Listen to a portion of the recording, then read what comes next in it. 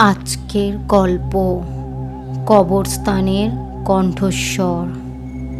তারিক একটা ছোট্ট শহরের গোরস্থানে রাতের প্রহরীর চাকরি নেয়। নরম প্রকৃতির ছেলেটি বই পড়তে ভালোবাসে। রাতের নির্জনতাও তার অপছন্দের নয়। প্রথম কিছুদিন সব কিছু স্বাভাবিক মনে হচ্ছিল। গাছের পাতার মর্মর ধ্বনি, দূর থেকে সোনা কুকুরের ডেকে ওঠা, কুয়াশার চাদরে ঢাকা কবরের সারি। তবে এক রাতে হঠাৎ করে কিছু বদলে যায়।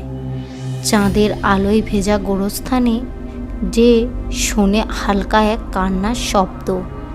প্রথমে ভেবেছিল কোনো শিশু হয়তো পথ হারিয়ে কেঁদে চলেছে, কিন্তু যত সে শব্দের দিকে এগোয় তত তা গভীর, ভারী আর শীতল হয়ে ওঠে।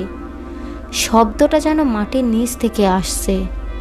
তারিক দম ফেলতে ভুলে যায় যখন শোনে, আমার কাজ শেষ করো।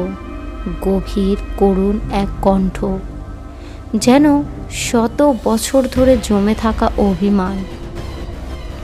সে রাতে আর কিছু খুঁজে পায় না, কিন্তু এরপর থেকে প্রতি রাতেই একই শব্দ, একই অনুরোধ।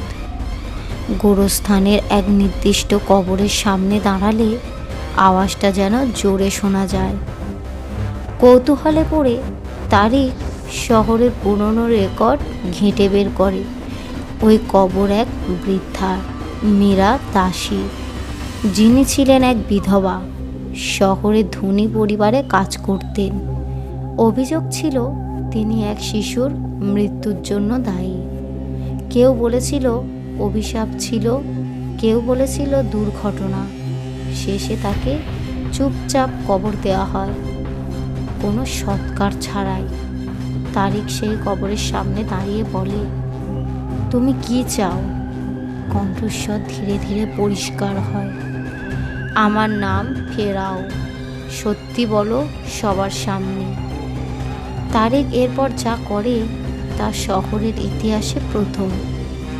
পুরনো ভুল শোধরাতে সে শহরের মঞ্চে দাঁড়িয়ে ঘোষণা দেয় যে মীরা দাসী নির্দোষ ছিলেন।